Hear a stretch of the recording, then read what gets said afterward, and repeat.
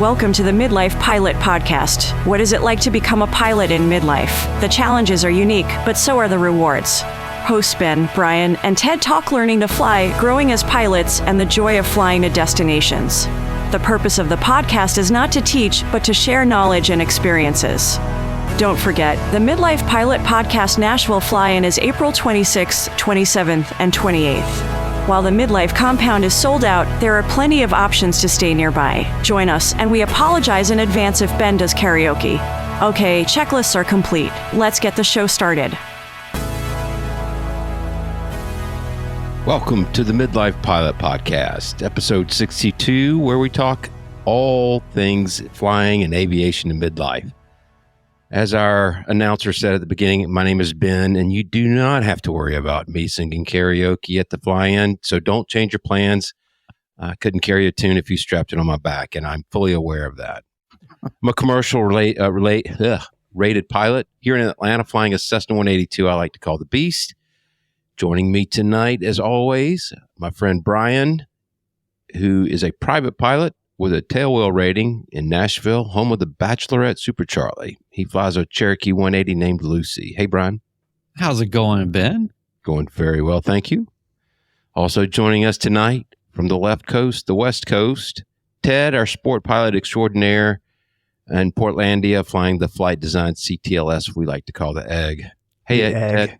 Yes. Yeah. Had some fun flying lately, but you got some new paint. Got new paint. I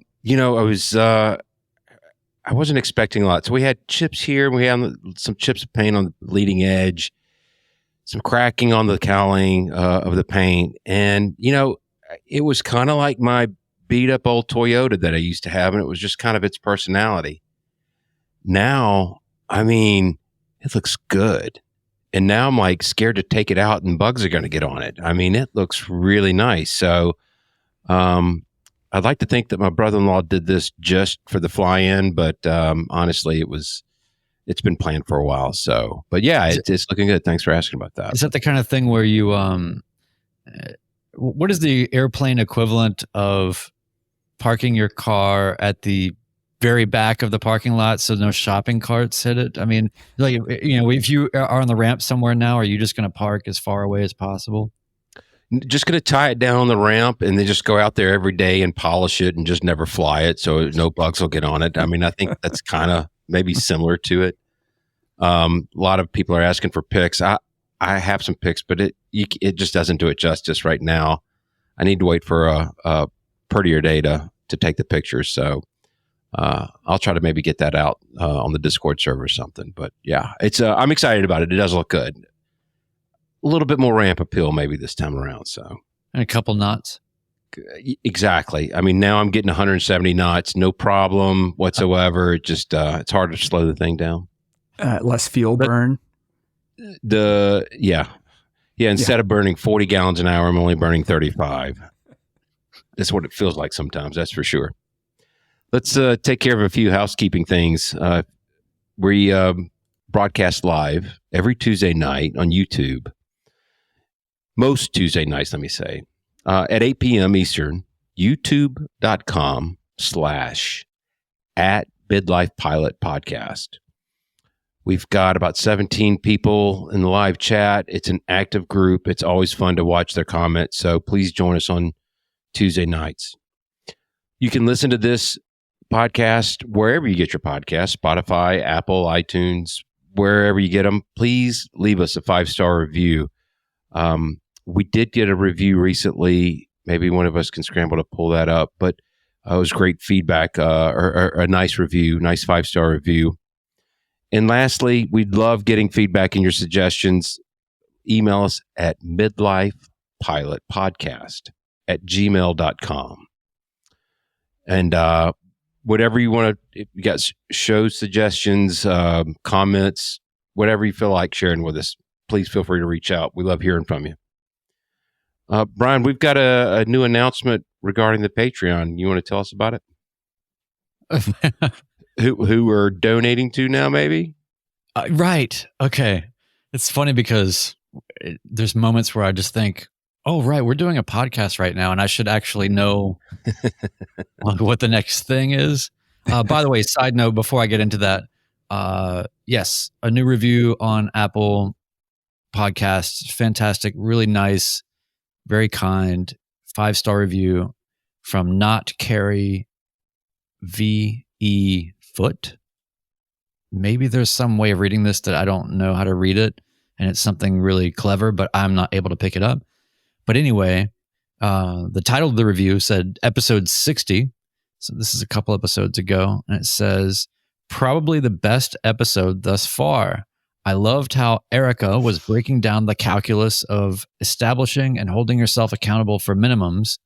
I'd love to learn more from her. Thanks to all. So shout out to Erica Gilbert of AeroSafe. Go check out our YouTube channel. And clearly,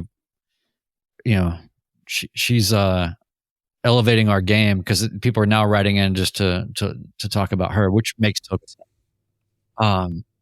So that's a really cool thing and a very kind review. So thank you for that. But yes, getting into specifically Patreon. Obviously, we talked a good bit last week about what it all means, why we're doing it the way that we're doing it. But there was one layer that we just hadn't had in place yet that we needed to have in place before we could really talk about it. And we did put a note out to our patrons, so you've all seen it. But we are going to actually, let me just put this in the hopper. If you're not doing this for a reason, then why are you doing it? We are all putting a lot of time and energy into this. People are putting time and energy into joining us. People are putting time and energy into sending us feedback or whatever, being a part of the thing, the Discord, all of the things. Well, you have to have something, I think, that's a little bit larger than yourself in all of this. And so you may remember from an episode a while back, I want to say it was episode 37, and we had Stephanie and Jared from the Freedom Aviation Network on, and they explained at length their organization, how it came to be, and who they're serving and what they need. And so we're happy to be in a place now where we are committing to sending 10% of all of our monthly Patreon, whatever that is. We just bundle that up and we drop it straight to them. And so the Freedom Aviation Network, without getting into all of that, please go listen to episode 37. But ultimately, it serves to transport people that need efficient, safe, sometimes fairly quick transportation to get out of situations that involve human trafficking. And then it also covers their advocates. And I also highly recommend that you sign up to become a pilot on their website, which is freedomaviationnetwork.org. And one other thing I want to throw out there really quickly, sorry to go on about this. That's fine. Is a couple episodes ago on Opposing Bases, shout out to Opposing Bases, and thanks for giving us a shout out. We're just going to play shout out ping pong. So a couple of episodes ago, they spoke to something that I thought was really important. And it's something that really spoke to where I am right now in my flying, I think, which is that early on, you don't want to take on a lot of external pressure, a lot of external responsibilities. You don't want to take flights that are got to get there. It's scheduled. I've got people counting on me, all those things. But I think on the path to, and Ben, you'll be able to speak to this more maybe, but on the path more to a commercial rating, you have now been more so equipped to handle those kinds of decisions and to do them, do those kinds of flights in the right way. Now, that does not mean, though, if you don't have a commercial rating, that you can't fly for Angel Flights or Pilots and Paws or Freedom Aviation Network or any number of these kinds of organizations. And Opposing Bases did a great job of saying that basically that is something that is a really valuable thing to do, to build, even as a private pilot, not even, commercial or anything like that. And you don't even have to be instrument rated for a lot of these things too, right? To be working on that ADM and to be taking on those pressures in a healthy, responsible, staged way is going to make you a better pilot. And so yet another reason to support the Freedom Aviation Network. If you're one of our patrons, you're already doing that. You can also go to their website and volunteer. And they're looking for people all over the country. The type of network that they're building, it really requires people from all over. So that's what I got. I don't know if I told y'all this, but I actually signed up for a mission. It was a really cool experience. Unfortunately, the mission didn't happen. But the morning of, the person was not able to be transported, and so we had to scrub it. But the 12 hours or 24 hours leading up to it, it was pretty cool stuff. They're doing it the right way, legally, not only through the FAA but through all other channels. Excuse me. And I'm pretty anxious to get my first mission under the belt. So I think like you said, it's a great organization. The other thing that I wanted to update regarding housekeeping is we have finally, and this is no disrespect to my co-host, we have a wonderful website. And everything is there. I don't have to keep telling you 12 different places to connect with us. You can go to midlifepilotpodcast.com. And there you can link to YouTube, you can link to Patreon, you can link to eventually this merch store. We're redoing some stuff there. So you can go check it out. You can send us a voice message. You can send us a text message, however you want to do it. So please go check it out. Yes, our pretty website. And by the way, hey, that was feedback driven too, because yes. We had somebody email us and say, hey, I was just trying to find out when you guys are doing your YouTube live recordings for these podcasts. And it wasn't even on our kind of automagical RSS feed website that was essentially a placeholder.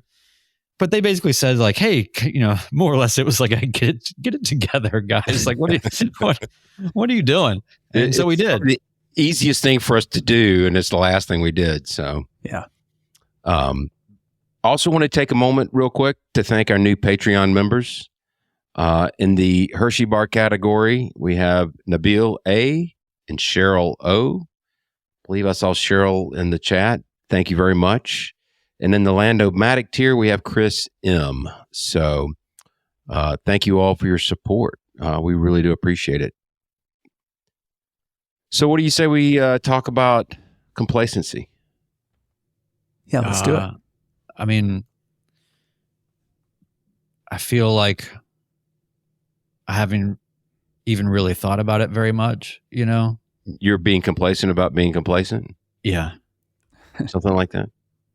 No, this is great. I'm so happy that we're doing this. And this, I think, is a perfect dovetail from what we were on last week. So this is great. Brian, why don't you kick us off, and we'll kind of go around the horn, and I'll finish it up because I have a scenario that I want to present to you two and to our live stream chat, and then maybe we can get some feedback from the audio listeners as to what they think. So why don't you kick us off? Absolutely.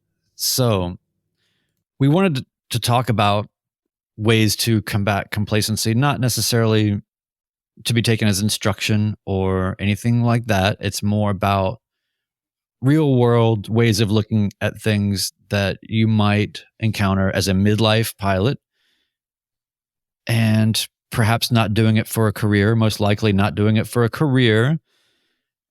We are, I think, in a position to have a couple of challenges. One is that we haven't, in many cases, been doing this for very long.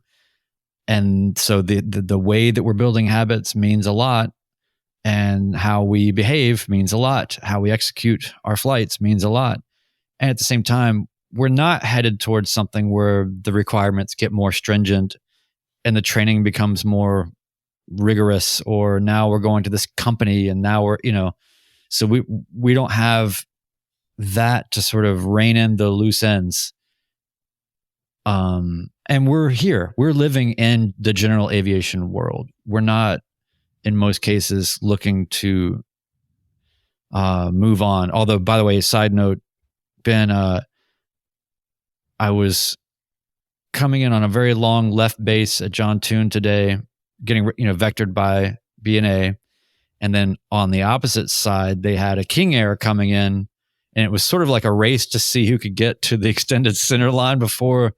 And they kept trying to turn me to sort of get the sequencing together, and eventually I was sort of wondering, when are they going to turn us, or something's got to give, and I know that they're going to give preference to the King Air, and then finally they gave me another vector going slightly further away from the airport, and then let him go number one. But the controller said, he's kind of, I'm sorry, I got to give you if you can give me another, whatever it was, 20 degrees to the right or something. You guys kind of tied there. It was a tie. And I was so close to just saying, that's got to be the first time that a Cherokee has ever tied a King Air anywhere.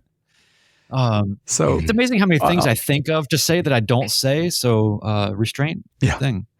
So on that topic, I had flown across town to get gas and flown back. And when I was coming back, there were some students doing pattern work, and the tower made them do a 360 so I could come in. I was like, okay, that's great. I feel, I feel important here.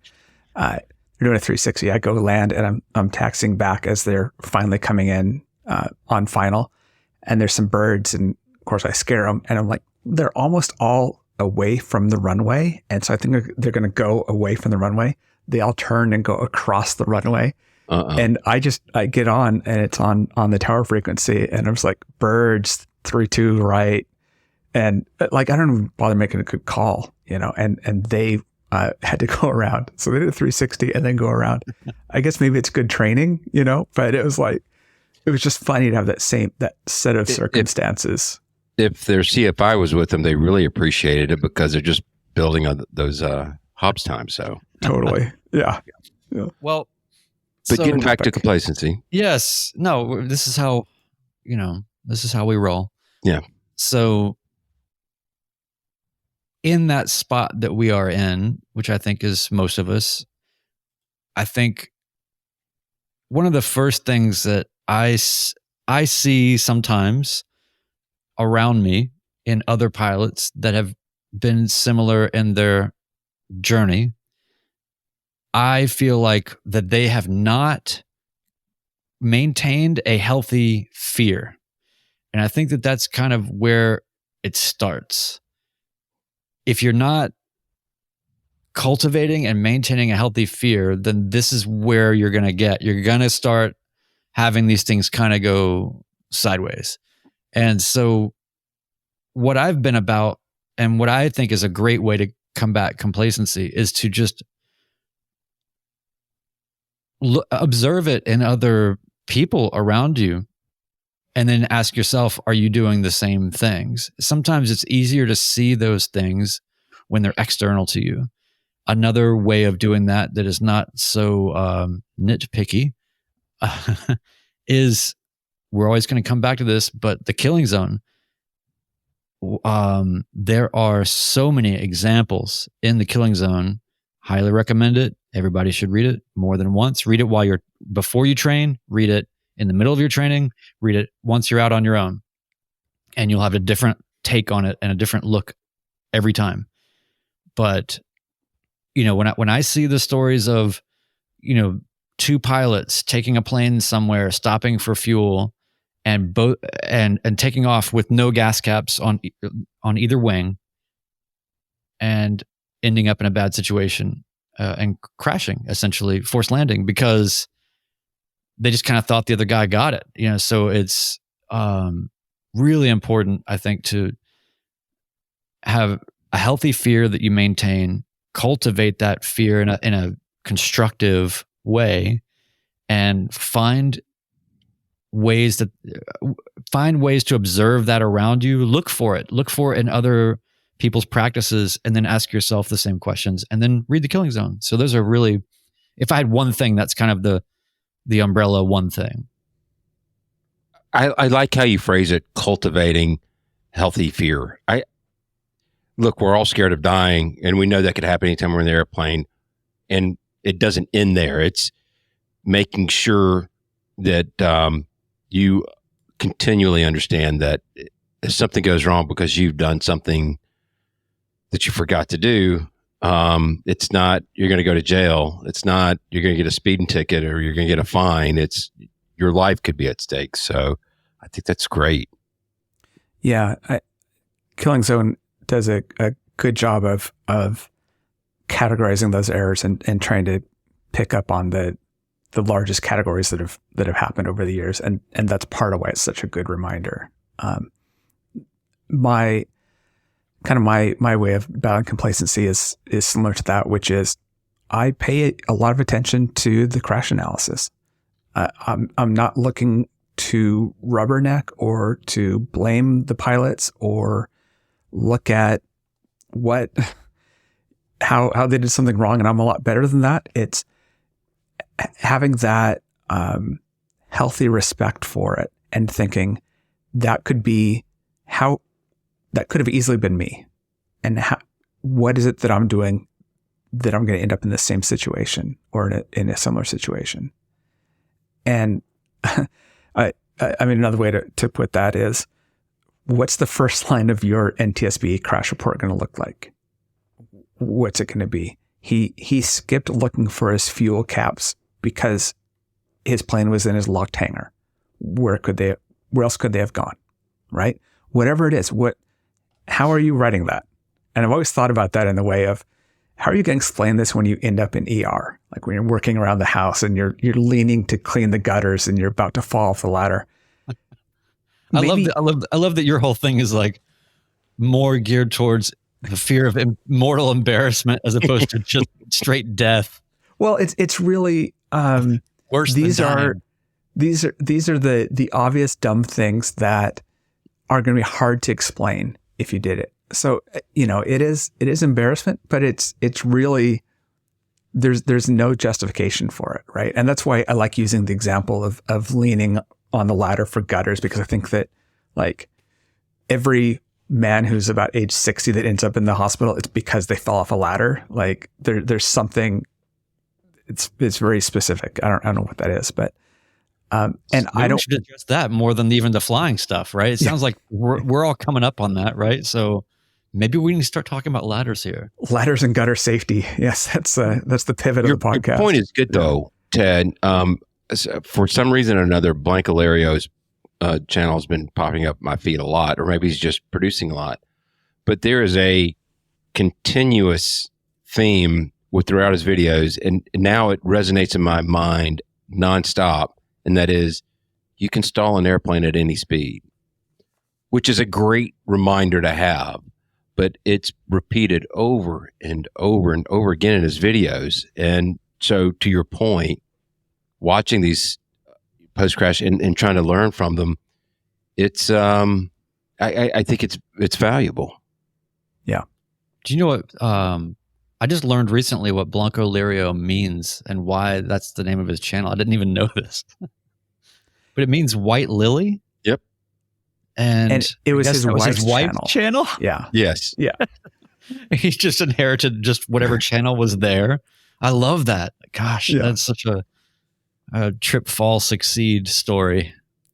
Also, it seems like a very midlife thing. Abuse channel is basically what he's saying it is. So yeah, no, I saw that episode 2 where he announced it, but that's cool. Yeah. So I guess it's my turn.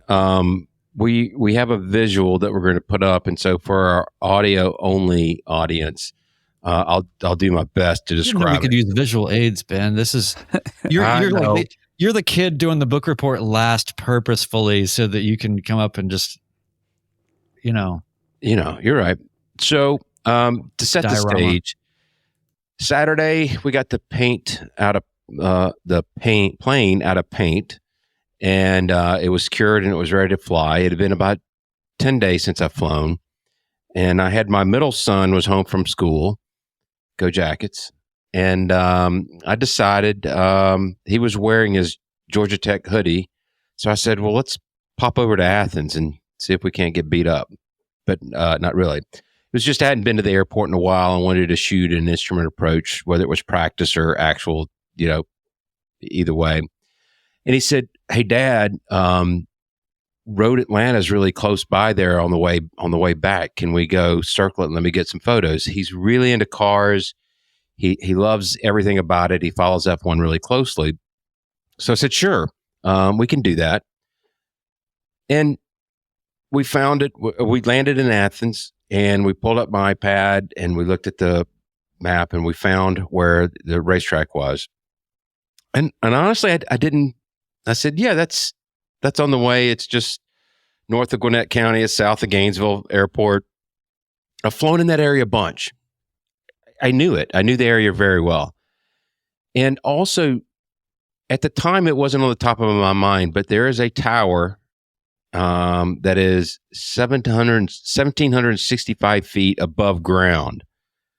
Stated differently, it's 2,655 feet above sea level at the top of it. So it's a big one, and it is very well lit. But here's the thing, and this is the complacency that me as an almost 1,000-hour pilot, it's a hard lesson learned and something that I'll pay more attention to, that I did not look at my route of flight, including flying over this racetrack, and take into account obstacles. Even though I've flown in the area and I knew that it was there, but in the back of my mind, and in a matter of fact, both, I think it's just Gwinnett County's got a tower at airport. And then when you're also on the radio with Atlanta Tracon, they warn you about that tower. Hey, there's a tower at your 2:00. Make sure you see it. Wow. So anyway, we get up, we circle the, you can, for those that are watching on the live stream, you can see where we did our loop around and the proximity of that tower. And as I was turning to put my son in view to take photos, I saw that tower right in front of me. And that's great. But it was at that point in time thinking, I should have known about this before I ever got to it. I should have made myself aware. I need to be better about watching for threats on my route of flight, whether it's obscurations, other traffic, flying into a Bravo, whatever the case may be. There are certain aspects of your en route that you shouldn't, even if it's a 15-second glance at a profile view, either in ForeFlight or Garmin Pilot, whatever you use, take a look at it. And that's a complacency that, had that been my first time in that area, I could have run into that tower. Yeah. That's a huge one. This is huge. And I recently was planning a route, and I just realized if I went direct, I'd be going over a big natural reserve that if I just scooted my route just one notch over, I'd be following airports going right. There's just so many things with flight planning that are, I think, easily grounds for complacency. Now, when you saw this tower, were you also thinking about, there's wires? So I did record this flight with my son. I have audio, and my son made the comment that, well, Dad, it's lit up. Why are you worried about running into it? And I said, I'm not worried about running into the tower itself. I said, what do you think's holding that thing up? And then the light bulb went off, and I said, it's the guy wires that are the threat there, and you can't see them. But if you stay 5 miles away from them, then I think you have a pretty good chance of clearing them. And that's what we did, basically, is we made sure we remained clear. So, that was it. To me, it's the towers at the threats, what's holding it up. So, well, and also you're flying low, relatively low, because you want to take pictures. So 1,000 feet off the ground, you don't think about it if you're 8,000 feet up. Yeah, exactly. And I'm sorry to interrupt you. When it first came into view, I was eye level with the top. Because he wanted to get down to get as close. We wanted to stay 1,500 feet above ground level, which is the lowest I was willing to go with him. So, it's, again, I'm going to be taking a flight on Thursday, and you can bet on it. I'm going to be looking at terrain, towers. I don't use ForeFlight. I'm one of the 13 people in the world that don't. But, you know, Garmin Pilot has a great profile view. And that includes towers and terrain and everything. And and it's not only obstacles, it's going to be airspace. It's all aspects of it. Does it have something comparable to the Hazard Advisor in ForeFlight, where you can kind of not in the profile view, but just when you're looking at the full view, you can kind of scroll the altitude? Yeah, cool. Yes, it does. You know, again, I'm about to hit 1,000 hours, and I'm going to Huntsville on Thursday in the morning, and I've made that flight a dozen times, maybe more, and it's easy for me to just go hop in the plane, put in MQI, direct enter, and send it. But it was eye-opening event for me, and I'm curious if anybody in the chat or anybody else has a story similar to that. You know, I don't want to say I got away with one, but it was a great reminder and pull me out of that complacency. I have a question. Okay. Do you think that flying mostly instrument flight plans for a long period of time and then coming back to VFR is a situation that can atrophy your flight planning skills a little bit, in the sense that you're used to flying defined routes, and so now are you more prone to direct enter, send it? I would say that flying solely instrument plans or IFR plans, which I'm starting to do a little less of. I'd say 75% of my flights are filed. If it's something where I'm going to a meeting the next day and I know that I need to get there, I'm going to do it. But on the flight that I went with Noah, my son, it was VFR, and I didn't follow a flight plan. But to your point, it does atrophy my skills in being familiar with the airspaces, because you don't have to worry about it. I don't think it really does on the VFR side of it. I think it's more, I don't have to worry about, you know, busting an airspace, and they're going to keep me out of terrain as well when you're on an IFR flight plan. So, I mean, it's, you know, I think there's a little bit of both in there.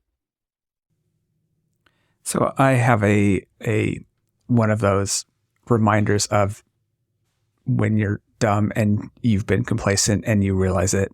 I was, when I was flying down in SoCal last year, I went and I was just bouncing around a bunch of the airports, kind of at the edge of the Bravo, when I'd flown through it and everything else while I was there.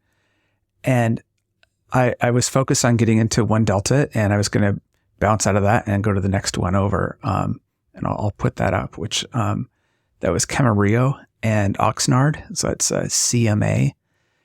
And so I landed at Camarillo. It's a ways out. And then I thought, well, you know, when I take off now, those airports are about 6 miles apart and they're both Deltas, and it's really busy traffic between them.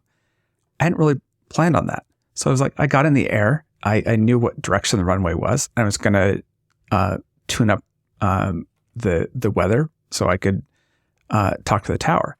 The problem is that they were close enough and there was enough traffic that I was just kind of saturated with traffic advisories and everything.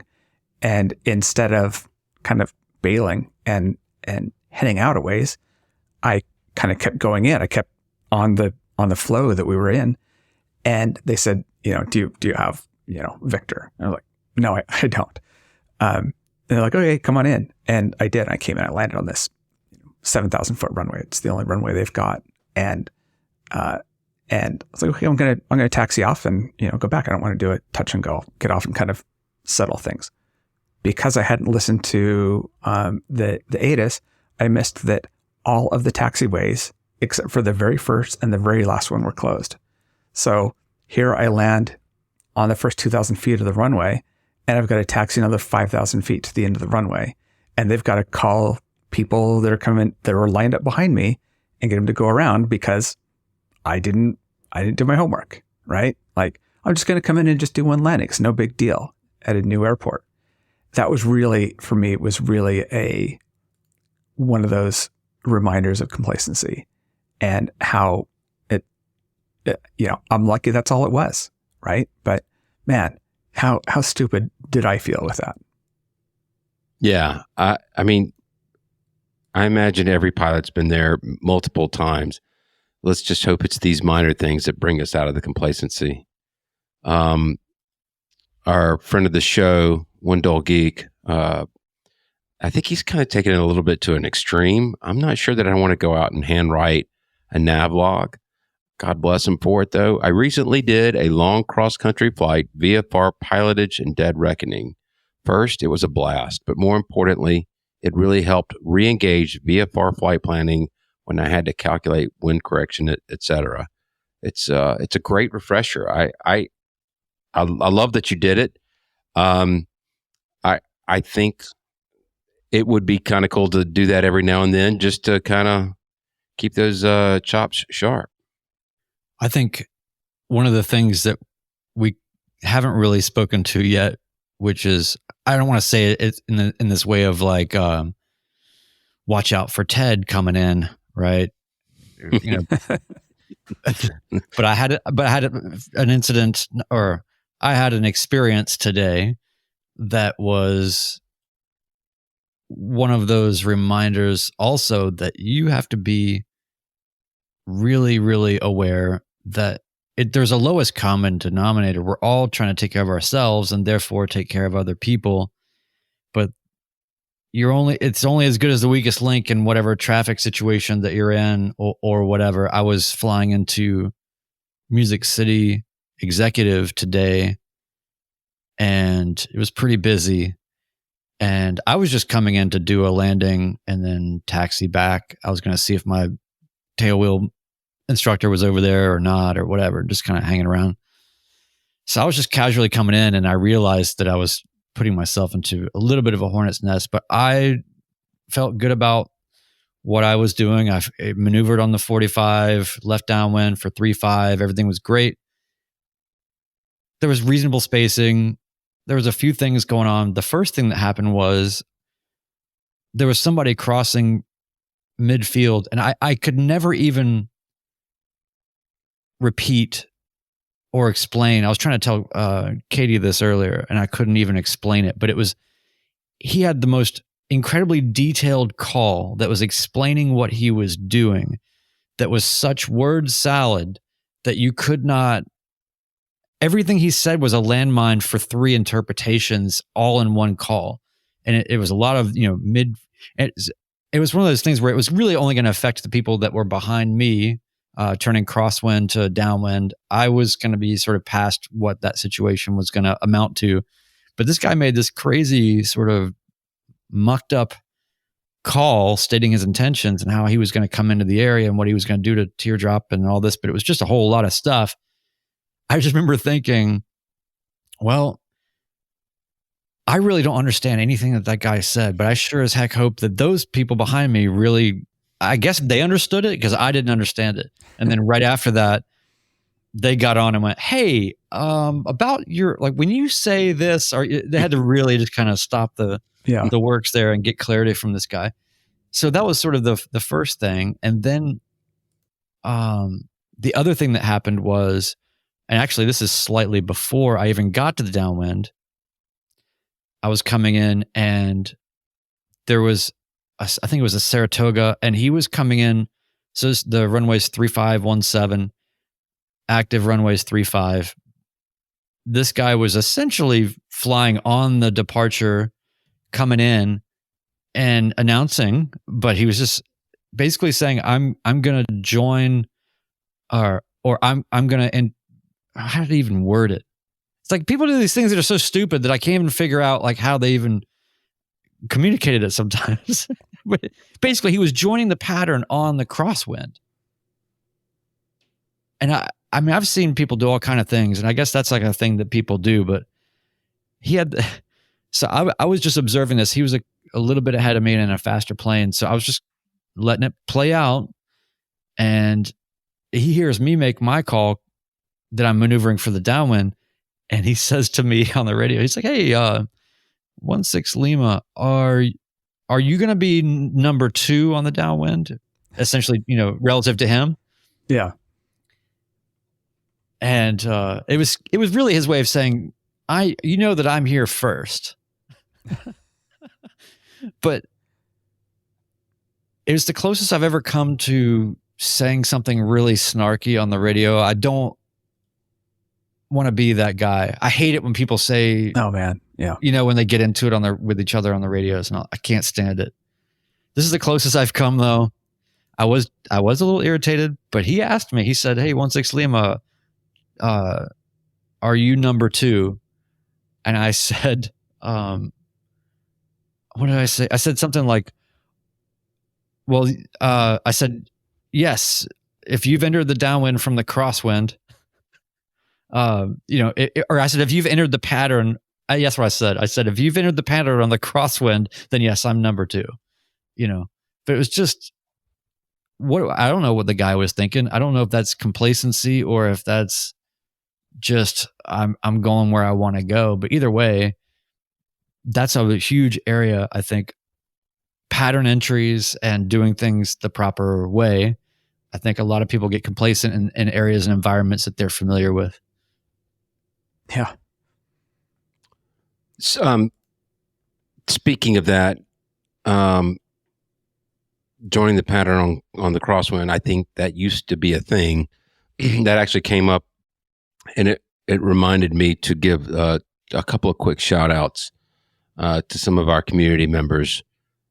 Biff B, Mike Alpha Golf, and our very own One Dog Geek all had big check rides that they passed in the last week.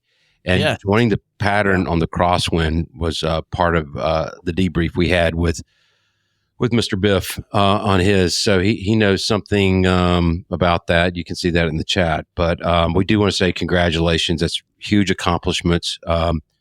Private for Biff and Mike Alpha Golf. I don't know why I'm struggling with that. And then a commercial for our friend One Dog Geek. So very happy for all of y'all. Congratulations. Yeah, we had this private debrief with Biff and some other people, and this topic of entering the pattern on a crosswind came up, and it was interesting. It, as Wendell Geek said, it must have been something in the past, and if anybody knows where that comes from, please hit us up. If there used to be a recommendation from the FAA to enter on a crosswind, please let us know. But the main thing I wanted to say is we had this debrief with Biff, and it's always great. We always learn when we get the chance to debrief with people, and whether it's people that are before that point, pre-check ride, or people that they did this in the, I can't remember when my check ride was now, right? Like you still learn, and that was a good example of it. But I have a clip from that. And before, I was just going to say, prior to that debrief, I'd never heard of a crosswind entry into a pattern. Yeah. I'd never heard of it. I honestly didn't. So go ahead with that. Yeah. So anyway, I pulled a clip out of it to share. Biff was talking about doing his soft field landings. So here's that clip. So I didn't really have a feel for the crosswind that had now come into play, because it was pretty much blowing straight down the runway, all the rest of it. And now it had flipped around and was basically a direct crosswind. I still struggle with, especially soft field, because you have that extra angle of attack. So it's really catching the wind more. So my crosswind, which is sketchy at best on a normal day, when you throw in that extra pitch attitude, kind of goofs with me. So we come in and I just started drifting off, and I'm like, oh boy. But at this point, I'm so close to the ground. I should have just done a go around. I should have. Wish I would have. But we came down, and I did not take out any taxiway light, but it was close on my side. It was probably one of the worst landings I've ever done, ever. But we were dead. So I'm like, okay, good. We're done. So we get to the hold short. I'm going to do my after land. And he's like, you can do one better than that. And I was like, you're right. I can. I have. He's like, well, you're going to do one right now. I'm like, okay, so away we go. And then this one went better. I came in, nailed the center line, which was good, but really plopped it in pretty good. I think there was even some bounces. I mean, it was another very not pretty landing. I'm like, wow, that was pretty much it. So we taxi in. He just got out of the plane, walked inside. So I walk in, he's got the certificate in front of him. Yeah. What an experience. It's like, you did poor on that. You get to do it again. Like, no. I think crosswinds are the thing that one of the worst things the things I had the least amount of experience with by the time I did my check ride. And it's one of the things that I've developed since then. And and I'll say this too. That's an area of complacency that can get you in real trouble. Yeah. Not going out and practicing a crosswind landing every now and then when the opportunity arises. That is a skill that can get rusty and can come back to bite you. I'm not a CFI. Yeah. I'm just speaking from experience here. It's bit me in the past. I have a question, Ben. Have you ever deliberately practiced landings at a much higher approach speed or landing speed than what you normally would ever do? Because when you're learning, if you come in super fast, it just means all kinds of problems, right? But when you've got more control and more time, I was just curious if you ever practice landings. So I've done a version of that. And I still practice this. I will practice no flaps landings, 10 degrees, 20 degrees, and 35 degrees. To answer your question, that's going to give me different approach speeds. And even on, round out, I'm still going to be going a little bit faster with no flaps. But I'm training myself to learn how to bleed that speed off in those different configurations. Yeah. Because Geek is saying, wasn't that result in a float or a bounce? And of course, that's what you're going to get, one or the other. I guess I was doing some landings today where I was just like, I don't know, I'm just going to come in, 10 to 15 knots fast and just give myself a lot more time to bleed off energy and maintain control. You want to make sure you have a lot of runway or you're prepared for a go around, one or the other, if you're going to practice that. I think that's part of one of the other things that I did in my private training. It just made me think of is my instructor. I was struggling. I was coming in too fast, and our plane doesn't like to float. I mean, it floats not as much as a 172, but still floats a little bit. It's just heavier. And so you smack the ground a little bit harder. And one of the things we did, he called it dragging the runway. And basically, as soon as we get probably 10 feet above where we would normally round out, we put in a little bit of power and we arrest that descent, and we're staying 10 to 15 feet above the runway and just trying to fly it as slow as we can to get that sight picture of the speed that you're trying to achieve. Mm-hmm. So, I think that's another way of doing what you're saying is coming in at a higher speed to learn how to manage that energy. Well, for, tail wheel, that's what we did a lot of, because in order to get a good wheel landing, you've got to find a setting that is going to give you the most meager descent rate possible with a really upright sight picture, Right. And not what you're used to seeing. If you're used to flying Cessnas and Cherokees and whatnot, you're used to kind of being in that landing attitude. That's and that's more accustomed to the 3-point landing. But for a wheel landing, it's just everything about it is antithetical to what you've done. And I guess there's part of that just had me curious about, even though I'm flying a Cherokee, I've gotten this experience to where I'm, especially, of course, long runway, but to really just keep that speed up. And here's the other reason why I was just curious about it. One is it was pretty gusty today. And so I was kind of having fun with it to see, what if I just went full in this kind of mindset of, I'm just going to wildly outpace all of this. I'm just going to penetrate all of this to the point where it's almost nullified, right? So I actually came in on final really, really fast because I was behind a King Air anyway. So, I wanted to show up. But And I just thought, you know what? I'm not going to slow this thing down to 68 knots or 65 or 70 knots. I'm not going to do it. I came in, with I think one notch of flaps or maybe two, and probably 80 knots, which is, pretty fast in a Cherokee 180. And I had one of the greasiest landings that I've ever had. And I realized there's something about the Cherokee, because it doesn't float, a Hershey bar Cherokee, it's just going to sit. And so when you're really coming in, even at 70 knots, 73 knots, coming in a little faster, it just gets to this point. And even if you leave power in, however you do it, it's pretty hard to get did we just landing, right? I'm talking about like the greasiest of the grease, right? We call them 0 Gs. Yes. 0 G landings. Yeah. And I realized I had a 0 G landing today, and it was because I was going 80 knots. So I could just slowly, just patiently let this thing come down with enough speed to where it never did that kind of fallout kind of a thing. I mean, you can get the greasy stuff at slower speeds, but in a Cherokee, it's a much tighter ring to hit, right. Whereas in a 172, it's like all day, no problem.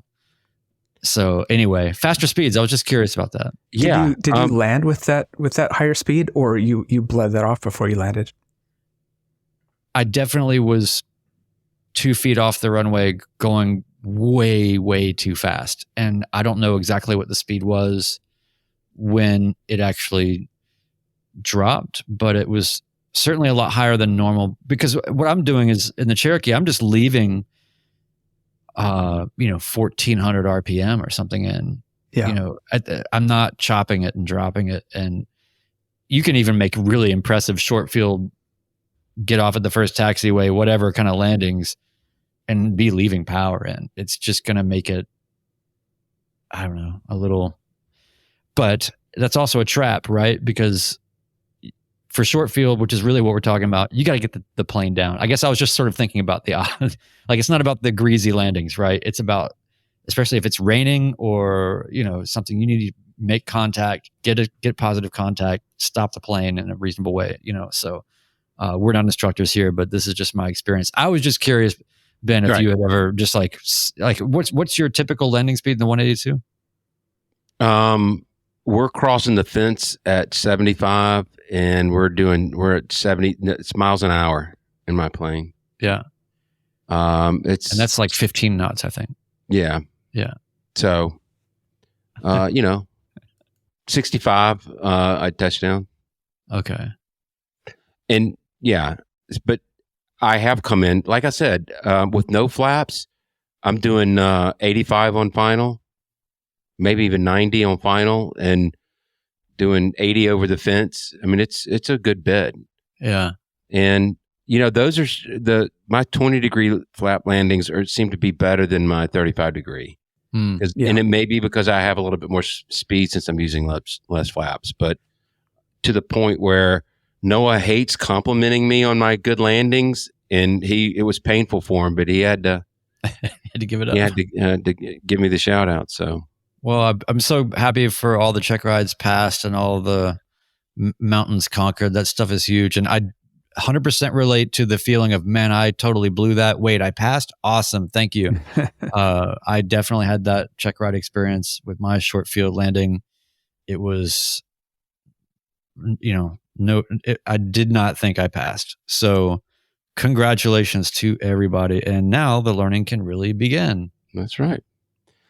Just a few quick comments. I'm getting roasted in the chat on my landings. So I think at the fly-in, all I'm going to be doing is just doing laps in the pattern with different people to show them that I actually can do a halfway decent landing. So.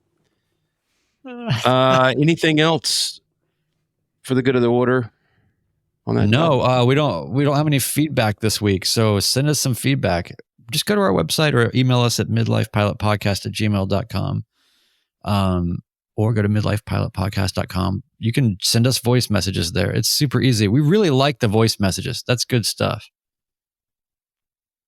Yeah, it's nice to play them on, so you just have to hear our voices.